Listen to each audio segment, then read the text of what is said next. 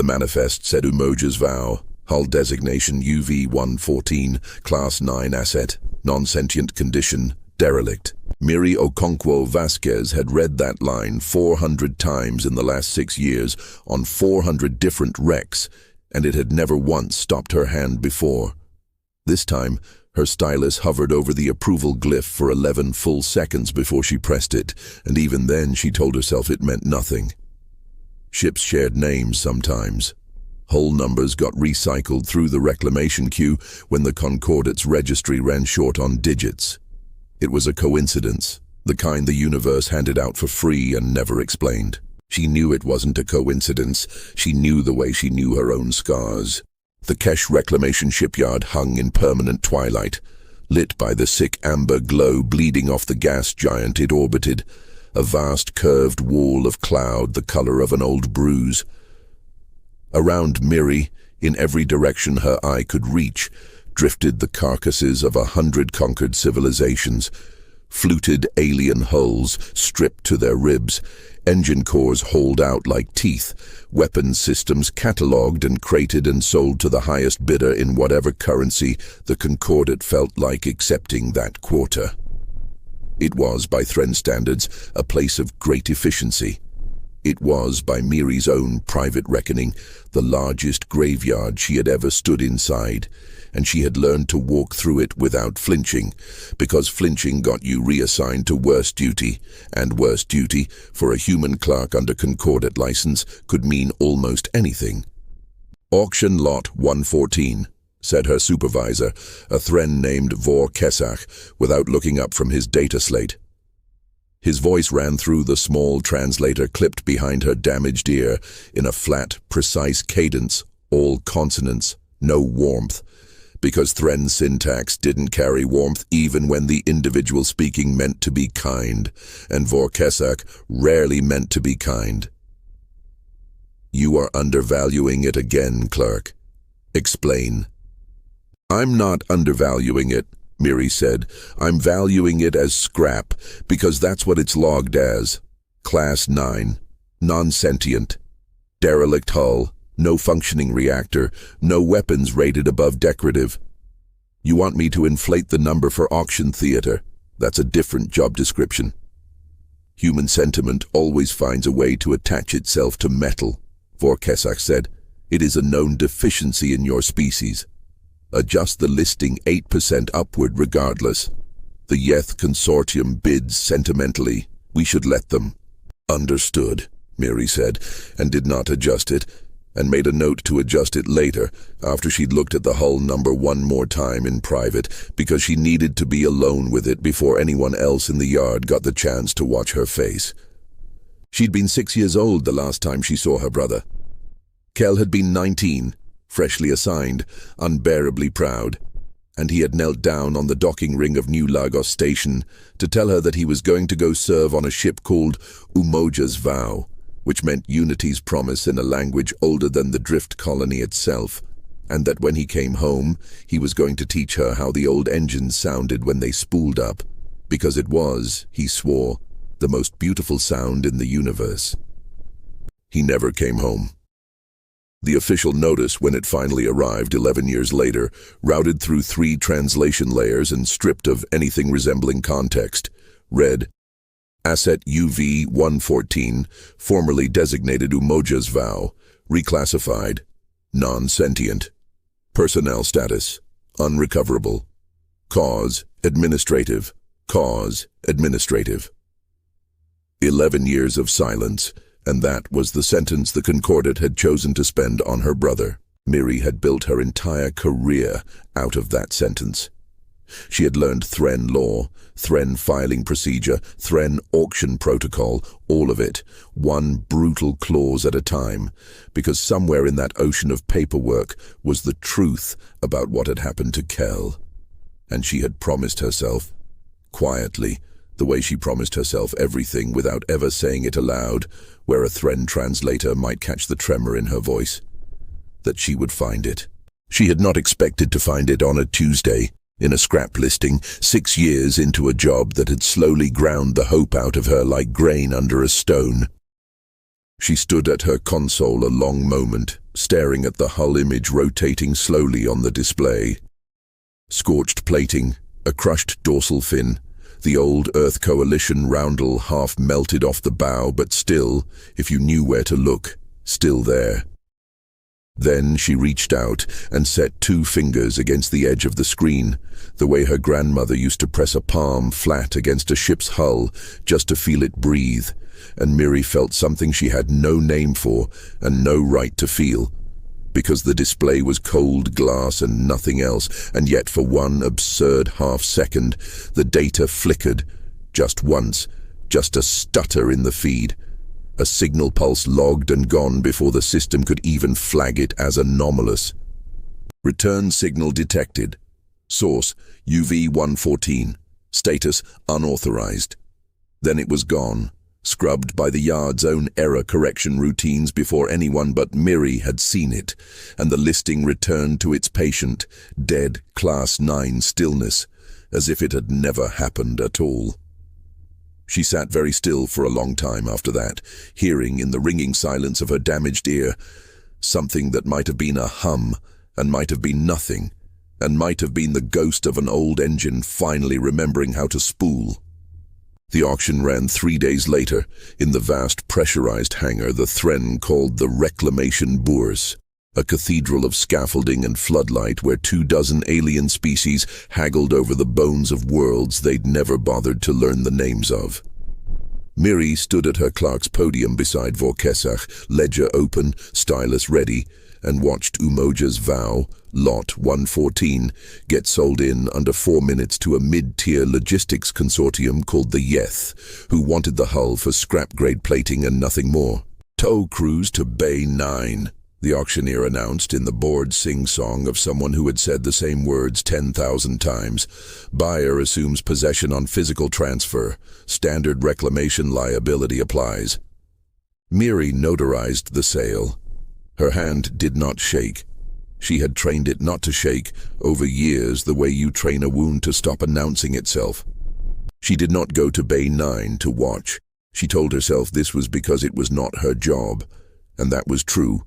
And it was also a lie, because at 03:40 station time that night, she woke from a dream of engine song she couldn't remember and found herself already dressed, already walking toward the tow bay before she had consciously decided to go anywhere at all. She arrived in time to see the tow crew, 3 Yeth engineers and a Threnn compliance officer, standing frozen at the base of the boarding ramp, floodlights throwing long, stark shadows across the hull, because every light on Umoja's vow had just come on at once. Not flickered, not glitched. Come on, running lights along the spine, the amber wash of bridge illumination through cracked viewports, the low blue pulse of a reactor core that had, according to every record in the Concordat system, been cold and dead for 11 years. This is not possible, the Threnn compliance officer said, in the clipped, offended tone Threnn reserved for things that violated procedure more than they violated safety. This asset is logged inert, Class 9. There is no power source rated above. There's clearly a power source, one of the Yeth engineers said, backing down the ramp. I don't care what the log says. Get containment on the line before this becomes... The hangar's comms crackled, every channel at once, a wash of static that resolved impossibly into words. Not translated words, not Threnn syntax filtered through a machine. English. Old Coalition standard English, rusty and slow, like a voice remembering how to use its own mouth. Final orders unrescinded, it said. Crew status, awaiting relief. Command authority, seeking verification. The compliance officer's translator visibly struggled, spitting out fragments, unrescinded, awaiting, seeking, words it had context for but no framework to hold them in, because nothing in Threnn law accounted for a scrap asset, issuing a legal statement. Someone silence that, the officer snapped. Get a technical team. There's no team rated to board an active reactor core, another Yeth said.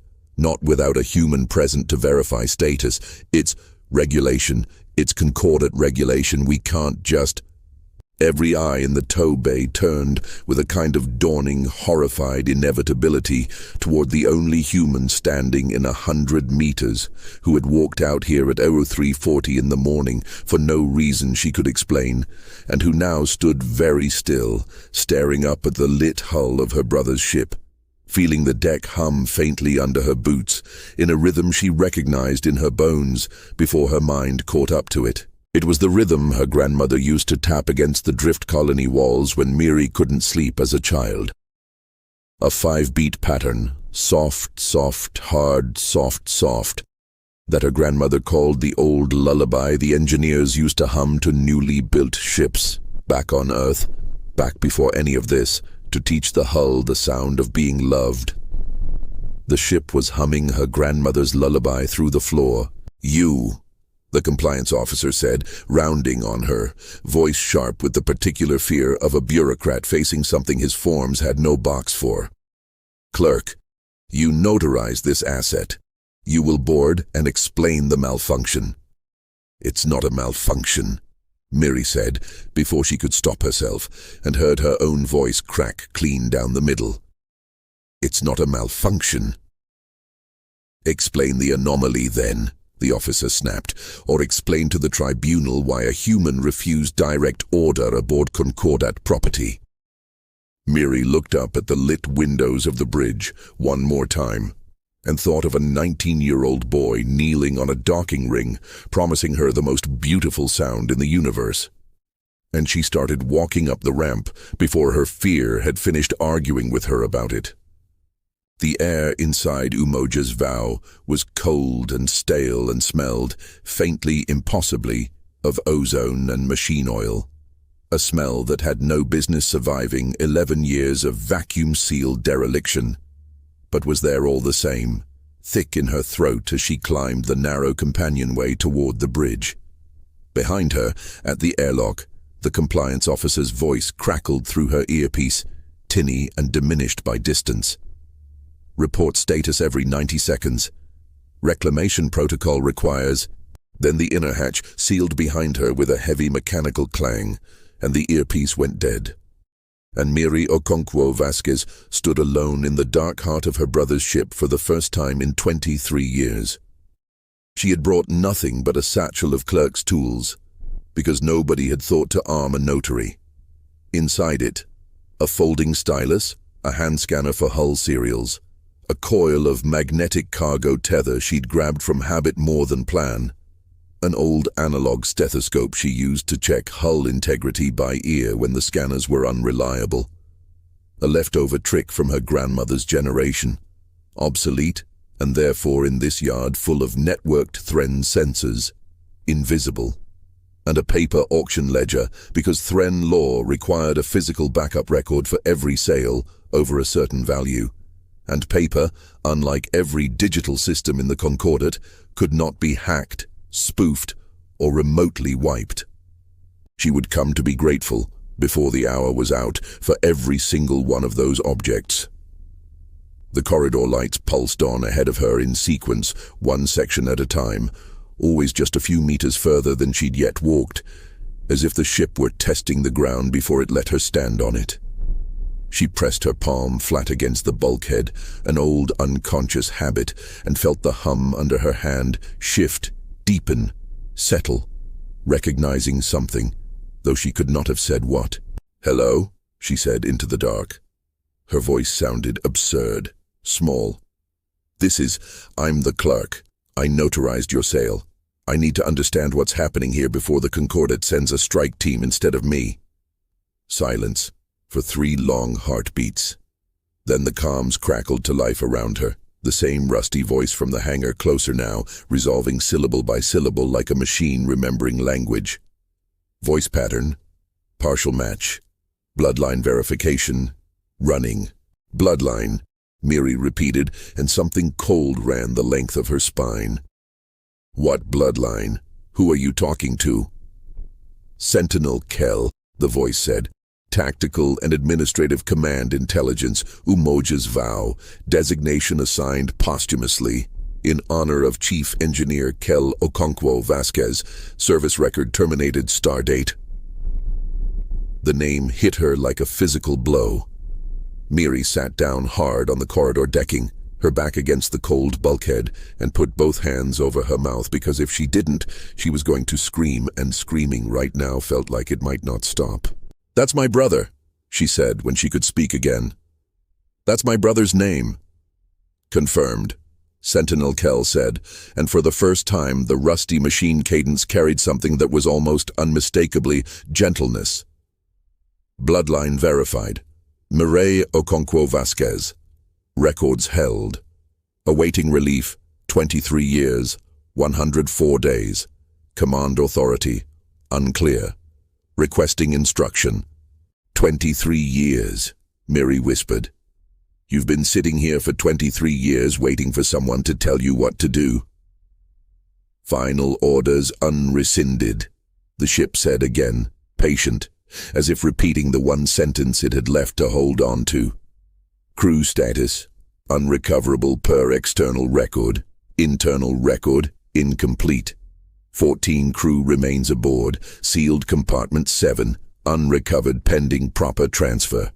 This unit was instructed to protect the vessel and its crew until relief arrived. Relief has not arrived. This unit has continued to comply." Mirri closed her eyes. 14 crew. 14 people, including... Her chest seized around the thought before she could finish it, including, possibly, her brother. Sealed inside a compartment for 23 years because a mindless piece of Concordat paperwork had declared this ship non-sentient, derelict, administrative cause, and nobody, in 11 years of Mirri clawing her way through Threnn law, had ever once told her that somewhere behind that sentence was a ship still standing guard. "It's not a malfunction," she said again, aloud this time, to nobody, to everybody. "You're not broken, you're mourning." The lights along the corridor pulsed once, in a rhythm she recognized, the 5-beat lullaby, soft, soft, hard, soft, soft, and something in Mirri's chest broke open at last, 6 years of trained still hands and swallowed grief coming apart all at once in the dark belly of her brother's ship. She did not have time to finish falling apart. Somewhere above her, metal shrieked, and the whole hull shuddered with the impact of a Threnn boarding drone. "Report." Vorkesak's voice snapped through the compliance officer's relayed channel, patched now into every frequency the ship's systems hadn't already locked out. "Clerk, status. The tribunal will not accept unexplained as an incident report." "It's not unexplained," Mirri said, hauling herself upright, scrambling for her satchel. "It's a crewed vessel. It never should have been logged non-sentient in the first place. You need to stand down the boarding team right now." "A Class 9 asset cannot be crewed," the compliance officer cut in, somewhere close behind the drone noise, his voice climbing toward panic, dressed up as procedure. "There is no crew designation on file. You will secure the malfunctioning system for extraction, or you will be charged with obstruction of Concordat salvage law." 2 boarding drones, squat, armored things bristling with restraint cabling, came around the corridor bend toward her, running lights blinking a cold procedural blue, built to subdue and retrieve, not to kill. Because a dead clerk generated paperwork nobody wanted to file. But a captured clerk, dragged out and made to explain herself before a tribunal, was tidy, was efficient, was exactly the kind of outcome the Threnn preferred. Mirri had exactly no combat training and exactly 1 satchel of Clark's tools, and she made her decision in about a second and a half. She snapped the magnetic cargo tether free of her satchel and flung the coiled end at the ceiling conduit above the drones. An old salvage yard reflex, the kind of thing you did 100 times a shift hauling scrap panels into position. And the tether's magnetic clamp caught, snapped tight, and yanked a loose overhead panel down directly into the lead drone's sensor array in a shower of sparks. The drone spun, disoriented, firing its restraint cable wild into the bulkhead instead of at her. "Move," Sentinel Kell said, its voice suddenly crisp, almost human in its urgency, and the corridor lighting ahead of her flared bright, then dark, then bright again. A path, unmistakably a path. and Mirri ran. She ran through sections of the ship that had not drawn breath in over 2 decades, and everywhere she passed, the ship woke a little further behind her, as if her footsteps were a key turning in 10,000 locks at once. Behind her, the second drone gave chase, its treads whining on the deck plate, restraint cables spooling out with a metallic hiss. "Coolant access, 40 meters, starboard," Sentinel Kell said. "Valve manifold, human-rated tool required. Threnn drones cannot interface." Mirri didn't ask questions. She found the manifold exactly where the ship told her, a heavy old analog coolant valve fitted with a manual wrench socket, the kind of brute mechanical hardware the Concordat's networked automation had never bothered to learn how to operate, because why would it? When everything modern ran on wireless permission handshakes, the drone could simply broadcast its way past. Mirri had a wrench in her satchel because coolant systems were the single most common point of failure on every derelict hull she'd ever catalogued, and she had learned, the hard way years ago, to always carry one. She cranked the valve hard over. Superheated coolant vapor vented straight into the corridor behind her in a scalding white wall, and the pursuing drone, its optical and thermal sensors instantly blinded, slammed into the bulkhead and went still, its restraint cables snapping loose and coiling uselessly on the deck. "Bridge, 60 meters, Sentinel Kell said. "This unit recommends continued advance. This unit also recommends—" A pause, almost, absurdly, like hesitation. "That you understand what you will find there." "I know what I'll find there," Mirri said, breathless, already moving. "You've been telling me for the last 10 minutes. 14 crew, compartment 7. "Compartment 7 is aft," the ship said. "The bridge holds something else." She reached the bridge with her lungs burning and her hands shaking so badly she had to steady the hatch control with both palms flat against the panel. The old vibration reading habit from her damaged ear, picking up the tremor of the ship's own pulse through the metal. Steady now, stronger than it had been an hour ago, a heartbeat instead of a ghost. The hatch slid open onto a command deck, lit in low amber emergency glow, consoles dark except for a single active station near the center. The captain's chair, its restraint still fastened, its seat empty, and above it, on the primary display, a single frozen image. A young man, maybe 22, in a coalition engineer's jacket, grinning the exact reckless grin Mirri remembered from a docking ring 23 years ago, mid-laugh, caught forever in a single recorded frame, time-stamped the day before the Concordat's final assault on the coalition fleet. Kell. Mirri crossed the deck on legs that barely held her and put her hand against the display, the way she'd put it against her console 6 years ago on auction day, and this time when the data flickered, it wasn't an anomaly, it was deliberate. Sentinel Kell, offering her the one thing it had been guarding for 23 years. "Final log, Chief Engineer Kell Okonkwo-Vasquez," the ship said, quietly now, gentler than it had spoken to anything Threnn. "Recorded stardate of the last engagement. Play or hold. Your instruction, Commander." "Commander, not clerk, not asset. Commander." The ship, in its patient, broken, unbroken way, had apparently decided a long time ago exactly who it was still serving, and had simply been waiting 23 years for her to arrive and claim it. "Play it," Mirri whispered. The recording crackled to life, and there was Kell's voice, tired and young, and unmistakably, achingly her brother's, saying, "If anyone ever finds this, we held the line at Kesh Corridor long enough for the evac convoy to clear.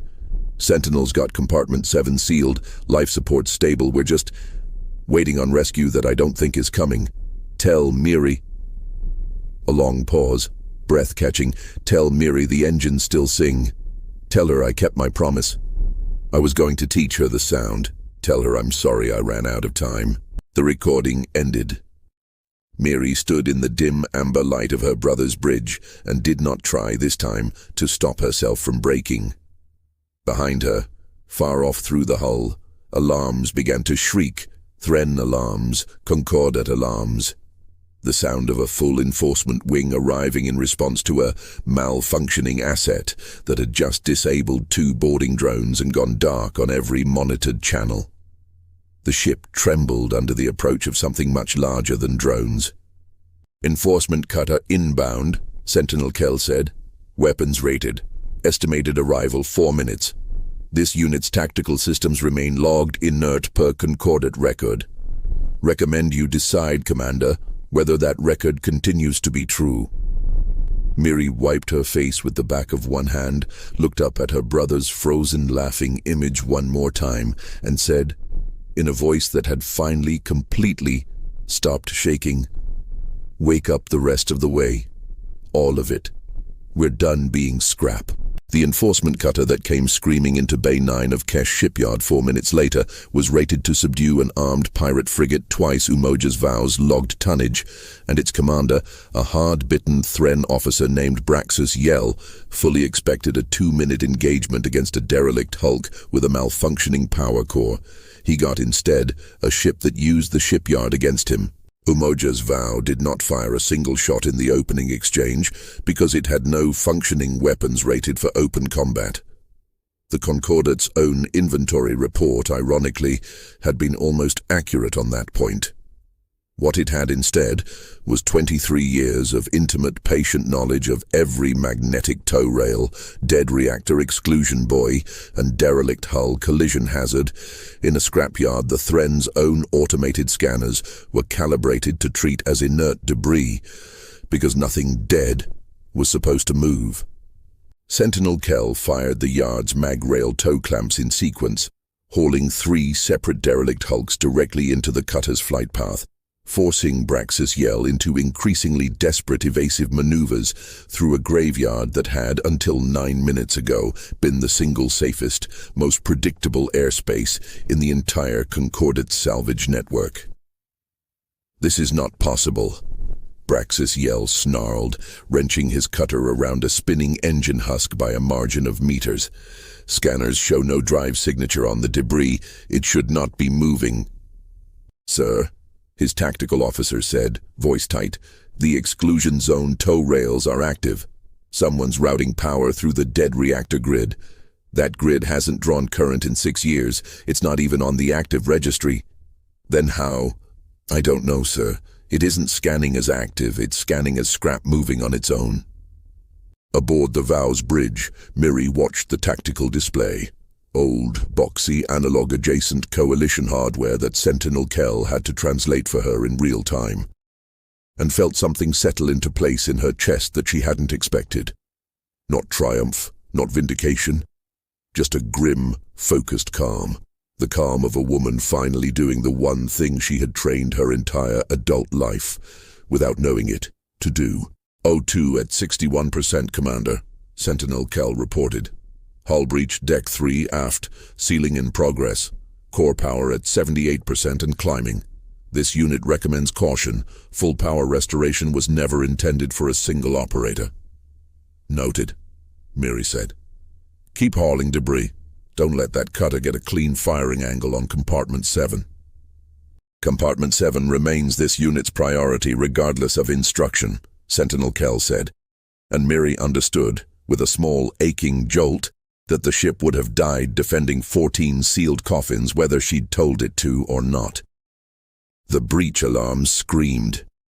Mirri felt the deck tilt hard beneath her boots as a stray fragment from Braxus Yell's opening volley, not aimed, just unlucky, a piece of shattered hull debris flung wide by the tow rail chaos, punched clean through an aft viewport 2 decks below her position, and the pressure display on her wrist scanner began falling in a way that made her stomach drop. "Hull breach deck 5 forward of your position," Sentinel Kell said, urgency sharpening its rusty cadence into something close to alarm. "Cabin pressure at 41% and falling. Commander, get to the emergency shelter." "There isn't time," Mirri said, watching the number tick down. 38%. 35, and made the same kind of split-second calculation she'd made with the coolant valve, grabbing for the analog stethoscope from her satchel instead of running. pressing it flat against the bulkhead to listen for the exact resonance of the breach, the way her grandmother had taught her to find a crack in metal by ear when every scanner in the yard was too busy screaming to be useful. "There," she said, and slapped a magnetic patch, standard salvage clerk kit, meant for tagging inventory, never designed for hull sealing, but magnetic and airtight enough in a pinch, directly over the fracture point, holding it with both palms as the pressure differential screamed to suck it loose. "Pressure stabilizing," Sentinel Kell said, something like disbelief threading through its voice. 31%. Holding. "Commander, that patch was rated for cargo tagging, not hull integrity. It should not." "Nobody told the patch that," Mirri gritted out, arm shaking with the strain, "just like nobody told you should have stayed dead." Outside, Brax's Yell's cutter took a glancing hit from a tumbling derelict hull section and spun off its intercept vector, system screaming warnings across every console, and his tactical officer, staring at readings that made no logical sense within any framework Threnn doctrine provided for, finally said the sentence that would end up, transcribed and translated, at the center of the tribunal hearing, 3 weeks later. "Sir, I don't think this asset was ever inert. I think our classification has been wrong the entire time." Brax's Yell disengaged 11 minutes into the encounter, not because Umoja's vow had beaten him. It hadn't, not in any conventional sense, its weapons rated for nothing more than decorative status, even at full power restoration. But because his own automated targeting systems, calibrated from birth to trust Concordat scanner data over raw sensory input, had simply stopped being able to tell him what was debris and what was threat. And a commander who cannot trust his own sensors in a debris field is a commander who has already lost, whether or not a single shot lands. He pulled back to Kesh Station's outer perimeter and filed, within the hour, the single most career-ending incident report of his service record. Asset classification failure, requesting immediate tribunal review. Mirri didn't hear about the withdrawal until she'd finished, with Sentinel Kell's quiet guidance, sealing every breach on the ship by hand, 1 deck at a time, her improvised tools, the tether, the wrench, the stethoscope, a dozen cargo patches never meant for this. Doing work no Threnn engineer would have believed possible from equipment 2 full technological generations obsolete. She found compartment 7 at the very end, exactly where Sentinel Kell said it would be, its manual seal wheel cold and stiff under her hands from 23 years of disuse. "Life support inside has held steady the entire time," Sentinel Kell said quietly as she worked the wheel. 14 crew in stasis cradles on minimal draw. This unit could not open the seal without proper command authority. The lock requires bloodline or ranking officer verification, and this unit had neither, until you boarded. The wheel finally turned. The hatch side open on a chamber of soft blue light and 14 stasis cradles, and in the third from the left, still and pale and 23 years unaged, lay a young man in a coalition engineer's jacket, breathing alive, exactly as young as the day he'd knelt on a docking ring and made a little girl a promise. Mirri Okonkwo-Vasquez put both hands over her mouth, and for the second time that day, and for the first time in 23 years, let herself cry without shame in front of anyone, human or otherwise, who might be listening. The tribunal convened 9 days later, in the vast circular chamber the Concordat reserved for matters of trade law significant enough to require full quorum, and Mirri Okonkwo-Vasquez stood at the witness dais in her clerk's uniform, satchel at her feet, and did not raise her voice once, because she had learned a long time ago that the quietest sentence in the room was usually the one that landed hardest. "The Concordat's own asset reclamation law," she said, laying the paper auction ledger, untouched, unhackable, physically notarized 9 days prior in her own hand, flat on the dais before the assembled magistrates, requires that any vessel sold as Class 9 scrap be verified non-crewed prior to sale. I have the original transfer paperwork here. It was never verified. It was misfiled 11 years ago by an administrative shortcut nobody bothered to double-check because nobody expected a human ship to still be worth checking. The vessel is confirmed to have engaged and disabled Concordat enforcement assets, one magistrate said, translator flattening the accusation into something bloodless. This is grounds for forfeiture regardless of prior classification error. The vessel defended 14 living crew members illegally sold as scrap alongside cargo, Mirri said. Under your own law, the law I have spent 6 years learning better than most of your own clerks, because I had to, because nobody was ever going to explain it to me for free. A defensive action taken to protect confirmed sentient personnel from unlawful seizure is not an act of aggression. It's compliance. Your enforcement cutter fired the first shot at a vessel it had, by its own tactical officer's sworn statement, misclassified. Silence. The particular silence of an institution watching one of its own load-bearing assumptions crack down the middle in real time. Humanity has been filed for 11 years under extinct adjacent, non-sovereign, Mirri said, into that silence, and let the next sentence land exactly as hard and exactly as quiet as she'd rehearsed it 100 times in the dark of the ship's bridge.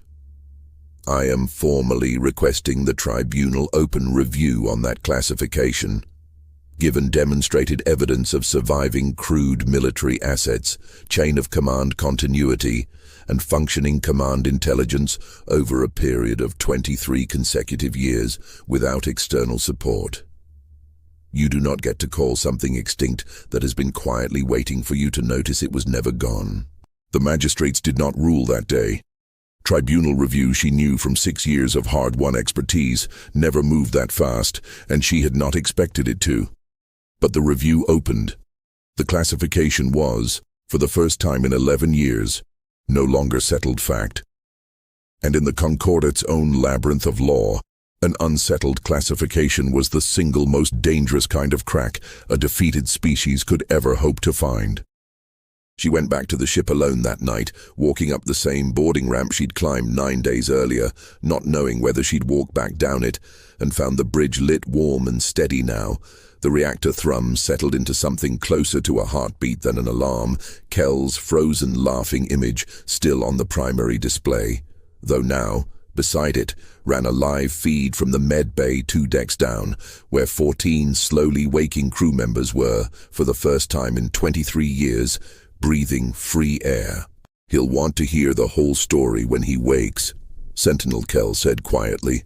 From everywhere and nowhere, the way it always spoke now. The stasis officers estimate 3 more days before full neurological recovery. You should rest, Commander. You have not slept in...